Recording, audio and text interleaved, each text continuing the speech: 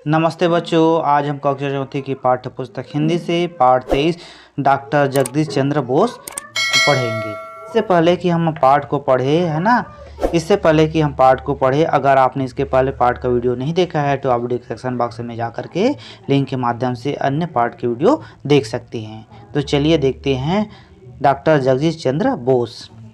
भारतीय वैज्ञानिकों ने अपने अलौकिक आविष्कारों और अनुसंधानों से संसार को चमत्कृत किया है। डॉक्टर रमन, डॉक्टर श्रीनिवासन रामानुज की खोजों की तरह डॉक्टर जगदीश चंद्र बोस की वनस्पतियों से संबंध में की गई खोज संसार चमत्कृत हुआ है। वृक्षों में जीवन होता है, यह तथ्य डॉक्टर बोस ने दुनिया को बताया। इस पाठ में हम डॉक्टर बोस का संक्षिप्त जीवन परिचय और उनकी खोजों के संबंध में पढ़ेंगे।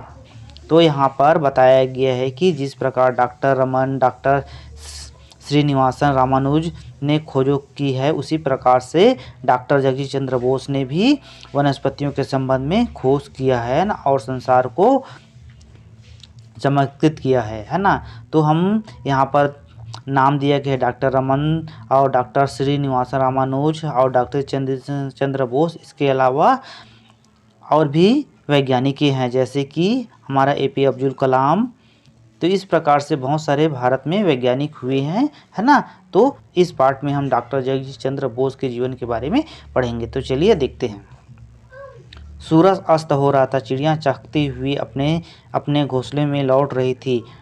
ठंडक बढ़ती जा रही थी। गर्म स्वेटर, मोजे, हाफ पैंट पहने, हाथ में बेत लिए विक्की अपने घर के बगीचे में टहल रहा था। वह कभी किसी पेड़ पर अपना बेत जमा देता, कभी किसी फूलदार पौधे को झंझोक देता। उसके दादाजी बरामदे में बैठे चाय की घूंट ले रहे थे। उनकी दृष्टि विक्की की ओर ही थी। उसे पेड़ पौधों में उलझा देखकर वे बोले, विक्की अब इधर आ जाओ, पौधे को मत छोड़ो, यह उनके आराम करने का समय है। विक्की ने कहा, वाह दादाजी, आपने खूब कहा, मानो पेड़ पौधे भी सचमुच आराम करते हो, सोते हैं। तो उसके दादाजी कहते हैं, हाँ वे सचमुच आराम करते हैं, रात में सोते भी हैं और प्रातः जाग जाते हैं, दादाजी ने विक्की को समझाया। तो यहाँ पर देखो है ना, सूरज अस्त हो रहा था, मतलब शाम का समय था, और चिड़िया चहकती हुई अपने घोंसले की ओर लौट रही थी। मतलब चिड़िया आवाज़ें करती हुई चहचहाते हुए अपने घोंसले की ओर लौट रही थी। ठंडक अब बढ़ती जा रही थी, क्योंकि जैसे ही शाम होने के बाद रात होने के करीब होता है तो ठंडक बढ़ते जाते हैं ना। तो विक्की क्या किया था, विक्की ने गर्म स्वेटर, मोजे, हाफ पैंट पहने हुए था और हाथ में बेत लिए हुए अपने घर के बगीचे में टहल रहा था। बगीचे में टहलते टहलते वो किसी पेड़ को बेत जमा देता, मतलब मार देता है ना, किसी फूलदार पौधे को झंझोड़ देता, यानी कि हिला देता। उसके दादाजी बरामदे में बैठे चाय की घूंट ले रहे थे। उनकी दृष्टि विक्की की ओर ही थी। उसे पेड़ पौधे में उलझा देखकर बोले, विक्की अब इधर आ जाओ, बहुत हो गया है ना, अब शाम हो रहा है, पौधे को मत छेड़ो, उनका आराम करने का समय है। इस प्रकार से दादाजी ने कहा। तो विक्की ने कहा, वाह दादाजी, आपने खूब कहा, मानो पेड़ पौधे सचमुच आराम करते हो, सोते हो। तो इस प्रकार से विक्की ने कहा कि पेड़ पौधे सचमुच आराम करते हो, सो जाते हो। तो बोलता है, उसके दादाजी बोलते हैं, हाँ वे सचमुच आराम करते हैं, रात में सोते भी हैं और प्रातः जाग जाते हैं, दादाजी ने विक्की को समझाया। तो दादा ने बताया कि सचमुच पेड़ पौधे रात को आराम करते हैं, सोते हैं, वे हमारे तरह, और प्रातः जाग जाते हैं। अब आगे देखते हैं। दादाजी, आपने यह नहीं बात बताई, भला पेड़ पौधे भी कहीं सोते हैं? आपने कैसे जाना कि पेड़ पौधे सोते हैं? वे तो रात को भी उल्टे डुलते रहते हैं। सोने वाला आदमी तो हिलता डुलता नहीं है। अच्छा है, यहाँ आओ, मैं तुम्हें इसकी कहानी सुनाता हूँ, दादाजी ने विक्की से कहा। विक्की को कहानी सुनने का बड़ा शौक था। वह तुरंत दादाजी के गोद में बैठ गया। अब सुनाइए कहानी, वह दादाजी से बोला। तो दादाजी ने बताया कि है ना, पेड़ पौधे भी सोते हैं, है ना। तो विक्की ने कहा, दादाजी, आपने यह तो नई बात बताई है कि भला पेड़ पौधे भी कहीं सोते हैं। आपने कैसे जाना कि पेड़ पौधे सोते हैं? विक्की इस प्रकार से कहा है ना, वे रात को हिलते डुलते रहते हैं, और सोने वाला आदमी तो हिलता डुलता नहीं है। विक्की का कहने का मतलब था कि जो इंसान सोता है वो तो हिलते डुलते नहीं चुपचाप रहता है ना, और उसकी आंख बंद रहती है, लेकिन पेड़ पत्ते तो रात को हिलते डुलते भी हैं, तो विवेक भला कैसे सोए करके। तो उसके दादाजी बुलाते हैं, अच्छा यहाँ आओ करके उसके दादाजी बुलाते हैं, मैं तुम्हें इसकी कहानी सुनाता हूँ करके दादाजी ने विक्की से कहा। विक्की को कहानी सुनने का बहुत शौक था, है ना, विक्की को कहानी बहुत अच्छा लगता था। वह तुरंत दादाजी के गोद में आ बैठा। अब सुनाइए कहानी करके विक्की ने दादाजी से कहा। दादाजी ने चाय का प्याली रख दिया। वे एक हाथ से उसकी पीठ सहलाते हुए कहानी कहने लगा। उस समय अपना देश बहुत बड़ा था। तब बांग्लादेश भी भारत का भाग हुआ करता था। बांग्लादेश की राजधानी ढाका है। ढाका के पास एक गांव है राड़ीवाल। वहाँ एक डिप्टी कलेक्टर के घर एक बालक का जन्म हुआ। उसका नाम रखा गया जगदीश चंद्र। जगदीश की पाठशाला में किसान के बच्चे खेतीबाड़ी और पौधे के बारे में अक्सर बातें करते थे। इस कारण बचपन में ही जगदीश चंद्र की रुचि पेड़ पौधों में हो गई।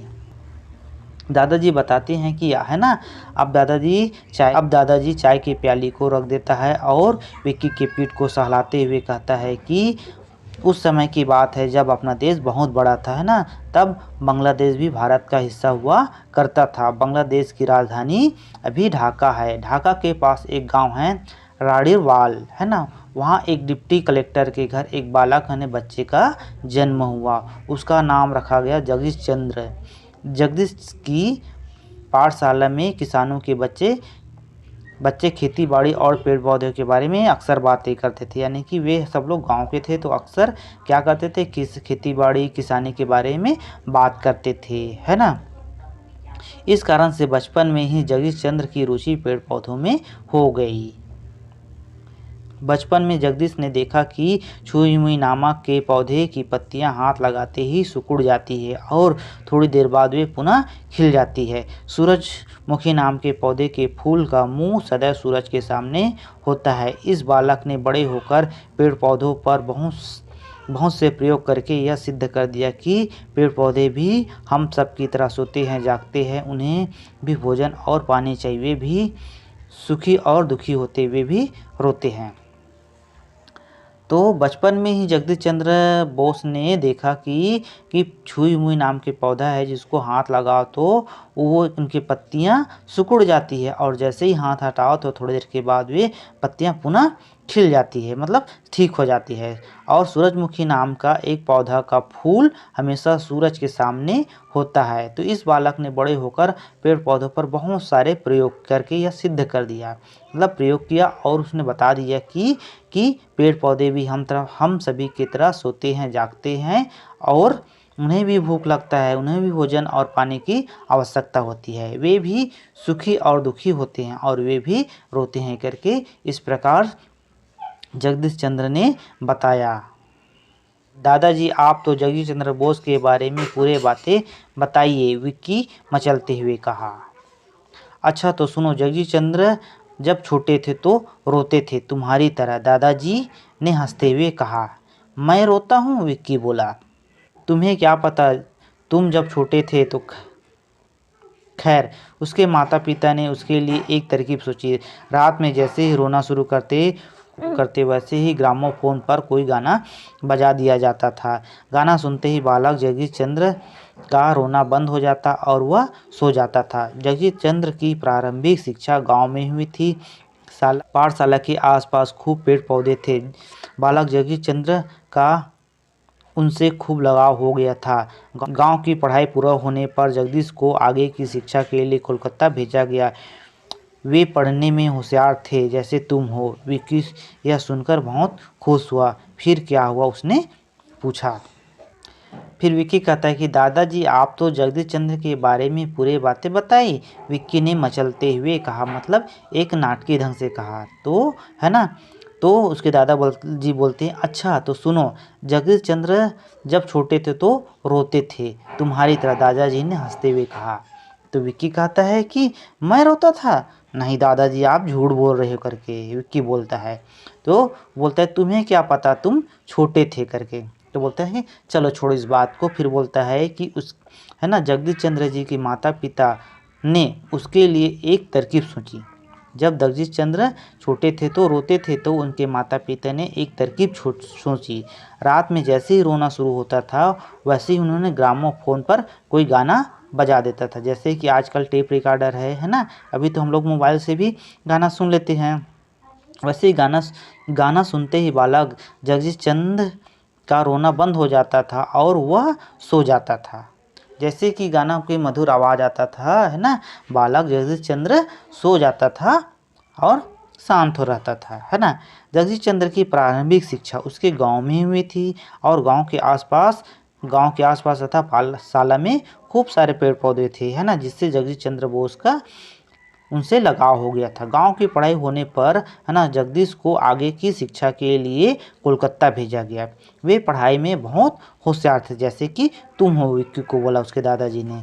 यह बात सुनकर विक्की बहुत खुश हुआ। फिर क्या हुआ उसने पूछा।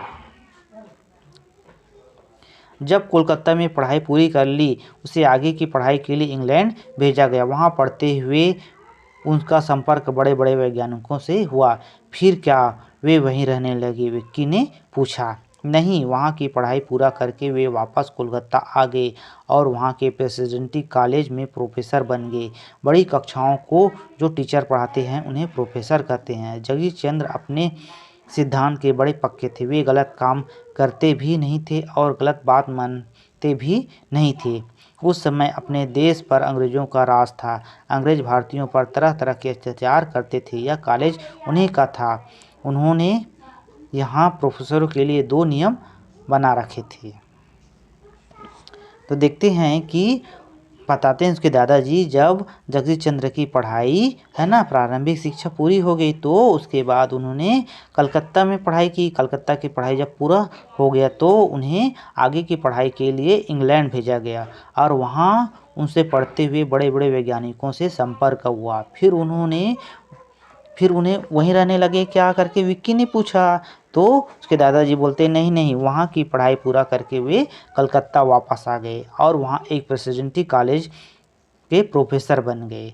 और बड़ी कक्षाओं को जो टीचर पढ़ाते हैं उन्हें क्या कहते हैं, प्रोफेसर कहते हैं। जैसे हम लोग तुमको छोटे कक्षा को पढ़ाते हैं तो हमको टीचर कहते हैं ना, तो वैसे ही जो बड़ी कक्षा कॉलेजों को जो बच्चे को पढ़ाते हैं उनको प्रोफेसर कहते हैं। जगदीश चंद्र अपने सिद्धांत के बड़े पक्के थे। वे गलत काम करते नहीं थे और गलत काम मानते भी नहीं थे। उस समय अपना देश पर अंग्रेज़ों का राज था, है ना, और अंग्रेज़ भारतीयों पर तरह तरह के अत्याचार करते थे, कष्ट करते थे, है ना।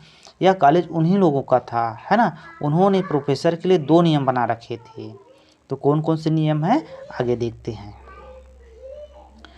अंग्रेज प्रोफेसरों को तो अधिक वेतन दिया जाता था, लेकिन भारतीय प्रोफेसरों को कम वेतन मिलता था। जगदीश चंद्र को यह दोहरा व्यवहार पसंद नहीं आया। उन्होंने इसका विरोध किया। कई वर्षों तक उन्होंने वेतन नहीं लिया, लेकिन पूरी ईमानदारी से अपना काम किया। अंत में कॉलेज वालों को झुकना पड़ा। तो अंग्रेज़ी लोग क्या करते थे, प्रोफेसरों के लिए 2 नियम बना रखे थे। एक अंग्रेज प्रोफेसर के लिए अधिक वेतन दिया जाता था, लेकिन भारतीय प्रोफेसरों को कम वेतन दिया जाता था, मतलब पेमेंट कम दिया जाता था। जगदीश चंद्र बोस को यह दोहरा व्यवहार, मतलब 2 अलग अलग नियम एक ही कॉलेज के प्रोफेसरों के लिए पसंद नहीं आए। उन्होंने उनका विरोध किया और कई वर्षों तक उन्होंने बिना वेतन का काम किया और अपने काम को पूरा ईमानदारी से किया, है ना। तो अंत में क्या हुआ, कॉलेज वालों को झुकना पड़ा और उन्हें सारी पेमेंट एक साथ दिया। दादाजी, अब देखते हैं, दादाजी आपने तो यह बात नहीं बताया कि उन्होंने पेड़ पौधों पर क्या प्रयोग किए, विक्की ने पूछा। हाँ, वही तो बता रहा हूँ। उन्होंने अपना पूरा ध्यान पेड़ पौधों के जीवन के अध्ययन पर लगा दिया। उन्हें इसके लिए कई यंत्र बनाए। इन यंत्रों की सहायता से उन्होंने यह सिद्ध कर दिया कि पेड़ पौधे में भी जीवन होते हैं। उन्हें भी हमारी तरह खाना, वायु और सूर्य का प्रकाश चाहिए। उन पर भी गर्मी सर्दी का प्रभाव पड़ता है। उन्हें भी सुख और दुख होता है। आदमी और पशु पक्षियों की तरह वे भी मरते हैं। विक्की ने कहा, दादाजी आपने तो यह बताया ही नहीं कि उन्होंने पेड़ पौधे पर क्या प्रयोग किए, विक्की ने पूछा, है ना। तो दादाजी कहते हैं, हाँ वही बता रहा हूँ ना करके। उन्होंने बताया कि उन्होंने अपना सारा ध्यान, है ना, पेड़ पौधों के जीवन के अध्ययन पर लगा दिया। इसके लिए उन्हें कई यंत्र बनाए। उसके लिए उन्होंने जान सके करके कई यंत्र बनाए। इन यंत्रों की सहायता से उन्होंने सिद्ध कर दिया कि पेड़ पौधे में भी जीवन होता है। उन्हें भी हमारे तरह खाना चाहिए, पानी चाहिए, सूर्य के प्रकाश चाहिए। उन्हें भी गर्मी सर्दी लगता है, उनको भी ठंड और गर्मी लगता है। उन्हें भी सुख और दुख होता है ना। वे आदमी और पशु पक्षियों की तरह भी रोते हैं और पशु पक्षियों की तरह जीते हैं और साथ में वे भी मरते हैं। हम लोग जैसे कि अंत में हमारा बुढ़ापा आ जाता है और हम लोग भी मर जाते हैं, वैसे ही पेड़ पौधे की बुढ़ापा होने के बाद वे भी मर जाते हैं करके उसके दादाजी ने बताया। जगदीश चंद्र बोस के द्वारा खोजे संसार भर की प्रसिद्ध पत्रिकाओं में छपी। लोगों को इसकी जानकारी मिली तो दुनिया भर में हड़कंप मच गया। कुछ वैज्ञानिकों को उनकी खोज पर विश्वास नहीं आया। उन्हें फ्रांस बुलाया गया, वहां अपने प्रयोग सिद्ध करने के लिए कहा गया। उन्होंने कहा, जहर खाने से आदमी मर जाता है। यदि किसी पौधे पर जहर डाल दिया जाए तो वो भी मुरझा जाएगा। तुरंत वहां जहर मंगाया गया। वह जहर एक पौधे पर डाला गया तो पौधे पर कोई बुरा प्रभाव नहीं पड़ा। तो डॉक्टर जगदीश चंद्र बोस को तो अपने प्रयोगों पर पूरा विश्वास था। उन्होंने कहा कि यदि यह जहर पौधे पर कोई प्रभाव डाल नहीं सका तो मेरे पर भी कोई प्रभाव डाल नहीं सकेगा। यह कर उन्होंने बचा हुआ जहर स्वयं पी लिया। सचमुच उन पर कोई प्रभाव नहीं हुआ, क्योंकि वह जहर था ही नहीं। यूरोप के कुछ वैज्ञानिकों ने उन्हें नीचा दिखाने के लिए षड्यंत्र रचा था। वे सब बहुत लज्जित हुए। तो जगदीश चंद्र द्वारा खोजी गई खोजें अब संसार भर की पत्रिका यानी कि पेपर हो गया, पत्रिकाएं होंगी, उसमें छपने लगी। जब लोगों को इनकी जानकारी पता चला कि पेड़ पौधे में जीवन होता है तो उन्होंने हड़कंप मच गया, है ना। कुछ वैज्ञानिकों को उनकी खोजों पर विश्वास नहीं हुआ। ऐसे कैसे हो सकता है, पेड़ पौधे में कैसे जीवन हो सकता है, उन्होंने सोचा। फिर उन्हें फ्रांस बुलाया गया, वहाँ अपने प्रयोगों को सिद्ध करने के लिए कहा गया। उन्होंने कहा कि जहर खाने से आदमी मर जाता है और यदि किसी पेड़ पर भी जहर डाल दिया जाए तो वह भी मर जाएगा। ऐसा कहने से कुछ वैज्ञानिकों ने तुरंत वहां पर जहर मंगाया गया और एक पौधे पर जहर डाला गया। पौधे पर इसका कोई बुरा प्रभाव नहीं पड़ा था ना। जगदीश चंद्र बोस को तो अपने प्रयोगों पर पूरा विश्वास था कि अगर पौधे को कुछ नहीं हुआ तो मैं भी अगर इसको पी लूँगा तो मुझे भी कुछ नहीं होगा करके उन्होंने तुरंत वह बचा हुआ जहर को पी लिया। लेकिन सचमुच उनको कुछ प्रभाव नहीं पड़ा और वे स्वस्थ थे। यूरोप के वैज्ञानिकों ने उन्हें नीचा दिखाने के लिए यह षड्यंत्र रचा था। वे सब बहुत लज्जित हुए। डॉक्टर जगदीश चंद्र बोस सही अर्थों में वैज्ञानिक थे। विज्ञान के प्रचार प्रसार के लिए उन्हें बसु विज्ञान मंदिर नामक एक संस्था की स्थापना की। उन्होंने अपने प्रयोगों से अपने देश का नाम रोशन किया। अब तुम्हें विश्वास हो गया होगा कि पेड़ पौधे में जीवन होता है। हाँ दादाजी, अब मैं जान गया। अब मैं किसी पेड़ पौधों को नुकसान नहीं पहुंचाऊंगा। फिर देखते हैं, है ना। जगदीश चंद्र बोस सही अर्थों में एक वैज्ञानिक थे। उन्होंने विज्ञान के प्रचार प्रसार के लिए बसु विज्ञान मंदिर नामक एक संस्था की स्थापना की, है ना, ताकि हमारे देश के भी नौजवान, है ना, विज्ञान की खोज कर सके। और उन्होंने अपने प्रयोगों से देश का नाम रोशन किया ताकि और आने वाली पीढ़ी भी मेरे पथ पर चलकर हमारे देश का और नाम रोशन करे, क्योंकि उन्होंने बसु विज्ञान मंदिर नामक संस्था की स्थापना की। तो अब दादाजी कहते हैं, अब तो तुम्हें पता चल गया होगा कि पेड़ पौधे में जीवन होता है करके विक्की से पूछा। तो विक्की ने कहा, हाँ दादाजी, अब मैं जान गया हूँ कि पेड़ पौधे में जीवन होता है, वे भी हमारी तरह सोते जागते हैं करके विक्की ने कहा। अब मैं पेड़ पौधे को कभी नुकसान नहीं पहुँचाऊँगा, इस प्रकार विक्की ने कहा। अब शब्दार्थ देखते हैं। जमा देना मतलब व्यवस्थित कर देना। प्रारंभिक मतलब शुरू का या सबसे पहले का। संपर्क मतलब मेल मिलाप होता है। वेतन मतलब तनख्वाह होता है। सदैव मतलब हमेशा होता है। वायु मतलब हवा होता है। और टीचर मतलब शिक्षक होता है। नीचा दिखाना मतलब लज्जित करना होता है। नाम रोशन करना मतलब प्रसिद्ध करना होता है। स्थापना करना मतलब खड़ा करना या जमाना या नया कार्य प्रारंभ करना होता है। प्रोफेसर मतलब होता है कॉलेज में पढ़ाने वाला अनुभवी शिक्षक। वैज्ञानिक विज्ञान का खोज करने वाला। आप यहाँ पर कुछ टिप दिया गया है, उसको थोड़ा देख लेते हैं। बांग्लादेश 15 अगस्त 1947 को भारत के दो टुकड़े हुए, भारत और पाकिस्तान। पाकिस्तान पूर्व में बंगाल का क्षेत्र और उत्तर में पंजाब का क्षेत्र काटकर बनाया गया। जब वहाँ अगले चुनाव हुए तो पूर्वी बंगाल के श्री मुजीबुर रहमान बहुमत से जीते, इसलिए उन्हें प्रधानमंत्री बनाना चाहिए था, लेकिन नहीं बनाया गया। इस पर जबरदस्त विद्रोह हुआ। भारत ने भी उन्हें सहायता दी। पूर्वी बंगाल पाकिस्तान से अलग हो गया। इसका नाम बांग्लादेश पड़ा। अब वह स्वतंत्र राष्ट्र है। तो टिप्पणी में लिखा गया है कि 15 अगस्त 1947 को जब हमारा देश आज़ाद हुआ तो दो टुकड़ों में बंट गया, एक पाकिस्तान और एक भारत, जहाँ पर पूर्वी बंगाल का क्षेत्र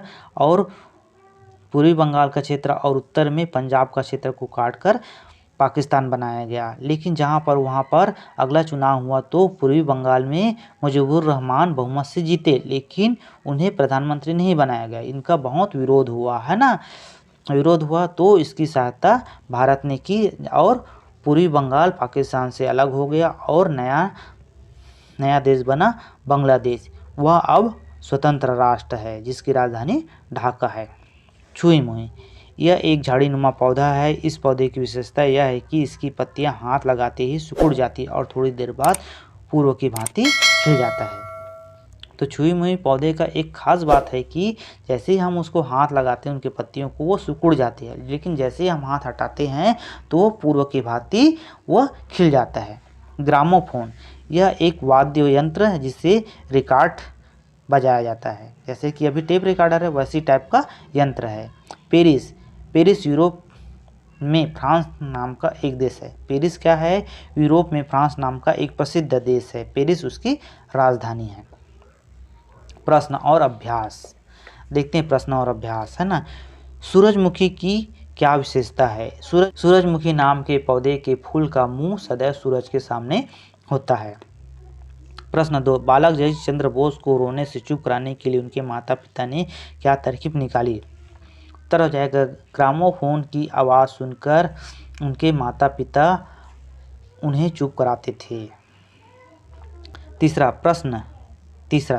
जगदीश चंद्र बोस ने अपनी उच्च शिक्षा कहाँ से प्राप्त की? जगदीश चंद्र बोस ने अपनी उच्च शिक्षा इंग्लैंड से प्राप्त की। जगदीश चंद्र बोस बड़े स्वाभिमानी थे। इस कथन को तुम उनके जीवन के किस प्रसंग से सिद्ध करोगे? उत्तर, जगदीश चंद्र बोस बड़े स्वाभिमानी थे। कोलकाता के प्रेसिडेंसी कॉलेज में जब वे प्रोफेसर नियुक्त हुए तो देश पर अंग्रेजों का राज्य था। कॉलेज में नियम था कि भारतीय प्रोफेसरों की तुलना में अंग्रेज प्रोफेसरों को अधिक वेतन मिलता था। जगदीश चंद्र बोस को यह दोहरा व्यवहार पसंद नहीं आया। उन्होंने इसका विरोध किया और कई वर्षों तक बिना वेतन का काम किया और अपने काम को पूरा ईमानदारी से किया। अंत में कॉलेज वालों को झुकना पड़ा और उन्हें पूरे दिनों का वेतन दिया गया। प्रश्न नंबर 5, निम्नलिखित कथनों में से सही कथन के लिए सत्य और गलत कथन के लिए असत्य कथन लिखो। पहला है जगदीश चंद्र बोस की प्रारंभिक शिक्षा हैदराबाद में हुई, ये गलत है। दूसरा, जगदीश चंद्र बोस का जन्म कोलकाता के पास एक गांव में हुआ था, असत्य है। बचपन से ही जीव जंतुओं में जगदीश चंद्र बोस की रुचि थी, ये भी असत्य है। उनका रुचि तो पेड़ पौधे में थी। फिर घ नंबर, जगदीश चंद्र बोस एक स्वाभिमानी वैज्ञानिक थे, तो यह सत्य है ना। फ्रांस के वैज्ञानिकों ने जगदीश चंद्र बोस को नीचा दिखाने के लिए एक षड्यंत्र रचा, यह बात बिल्कुल सत्य है। 6वां नंबर, डॉक्टर जगदीश चंद्र बोस के जीवन की निम्नलिखित घटनाओं को क्रमवार लिखो। तो यहाँ पर दिया गया है, पहला दिया गया है जगदीश चंद्र बोस ने वसु मंदिर की स्थापना की, ये तो अंतिम में किया है। फिर का नंबर है डॉक्टर जगदीश चंद्र बोस को पेरिस में वहाँ के वैज्ञानिकों ने नीचा दिखाने का प्रयास किया। फिर है doctor Jagdish Chandra Bose presidency college में प्रोफेसर बने। डॉक्टर जगदीश चंद्र बोस की प्राथमिक शाला के आसपास बहुत पेड़ पौधे थे, तो इसमें पहला नंबर आ जाएगा आपका डॉक्टर, उत्तर हो जाएगा घ नंबर पहले आएगा। जगदीश चंद्र बोस की प्राथमिक शाला के आसपास बहुत पेड़ पौधे थे। फिर दूसरा आ जाएगा इसमें जगदीश चंद्र बोस प्रेसिडेंसी कॉलेज में प्रोफेसर थे। तीसरा हो जाएगा डॉक्टर जगदीश चंद्र बोस को पेरिस में वहाँ के वैज्ञानिकों ने नीचा दिखाने का प्रयास किया। और अंतिम में आ जाएगा डॉक्टर जगदीश चंद्र बोस ने वसु मंदिर की स्थापना की। इस प्रकार से। फिर 7वां प्रश्न है, किसी पौधे को यदि पानी न दे तो उसका क्या प्रभाव पड़ेगा? तो इसका उत्तर हो जाएगा, यदि किसी पौधे को पानी न दे तो वह शुरू में पीला हो जाता है और बाद में सूख जाता है। 8वां नंबर, यदि किसी पौधे को उखाड़ देने पर वह क्यों मुरझा जाता है? तो उत्तर हो जाएगा, किसी पौधे को उखाड़ देने पर उसे भोजन और पानी नहीं मिलने के कारण वह मुरझा जाता है। फिर है भाषा तत्व और व्याकरण। यहाँ पर दिया गया है, नीचे लिखी चीज़ों की विशेषता बताने वाले शब्द सोचकर लिखो। तो देखते हैं, जैसे कि यहाँ पर हलवा, पेड़, नमक, चींटी, पत्थर, कुर्ता, चश्मा, झंडा लिखा है। तो उत्तर में हो जाएगा, है ना, अच्छा हलवा, मतलब अच्छा उसकी विशेषता बता रहा है। बड़ा, तो बड़ा पेड़, मतलब बड़ा उसकी विशेषता बना रहा है। अच्छी नमक, तो अच्छी उसकी विशेषता बता रहा है। बड़ा पत्थर, तो बड़ा पत्थर का विशेषता बता रहा है। छोटा चींटी, तो छोटा उसकी विशेषता बता रहा है।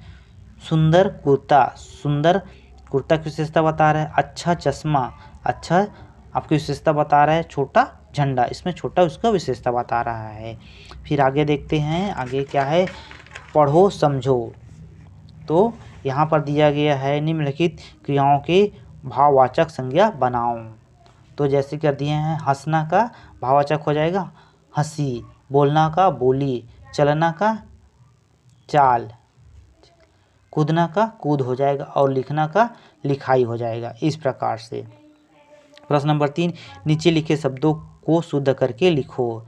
यहाँ पर दिया गया है विज्ञान, तो इसका हो जाएगा विज्ञान, इस प्रकार से हो जाएगा। वैज्ञानिक, तो वैज्ञानिक हो जाएगा।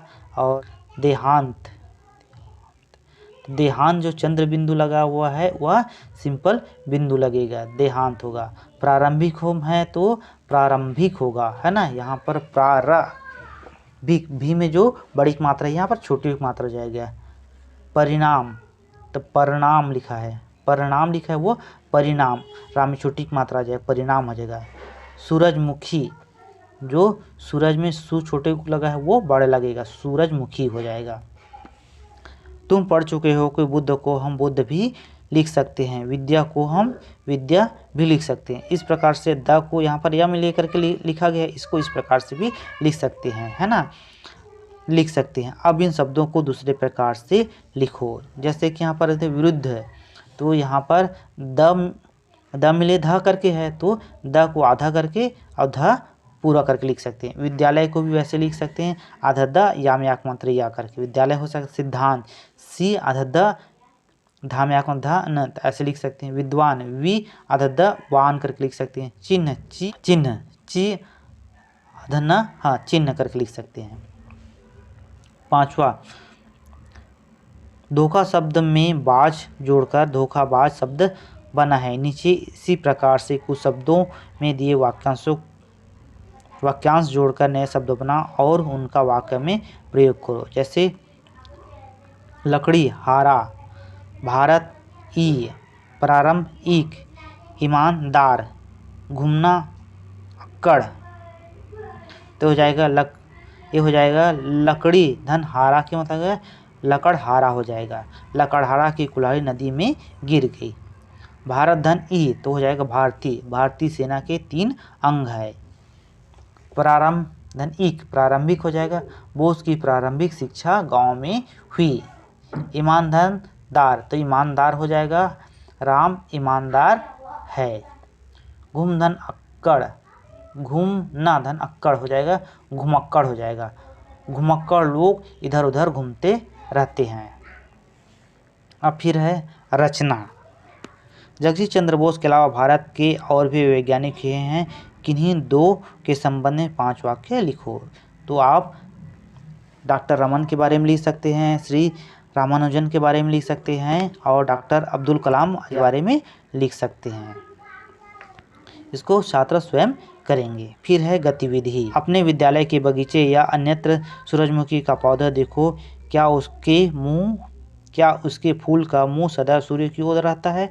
तो आप जाकर सूरजमुखी के खेत में जाकर देख सकते हो कि उसका फूल का मुंह किस तरफ है, या फिर तुम्हारे घर में सूरजमुखी का पौधा होगा तो आप देख सकते हो। जैसे हमारे जीवन के लिए सूरज रोशनी और वायु की आवश्यकता होती है, उसी प्रकार से पेड़ पौधों के लिए सूरज की रोशनी और वायु आवश्यक होता है। दो अलग अलग पौधों को लो, एक को कांच के बर्तन में बंद करो और दूसरे को खुले रहने दो, क्या अंतर आता है अब देखो।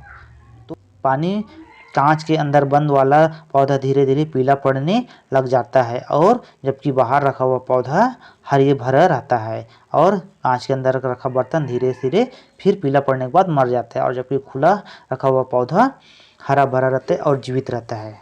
जल के बिना हम अधिक समय तक जीवित नहीं रह सकते, पौधा भी जल के बिना जीवित नहीं रह सकते। दो पौधा लो, एक को रोज पानी से सींचो और दूसरे को पानी मत डालो, क्या अंतर आता है देखना।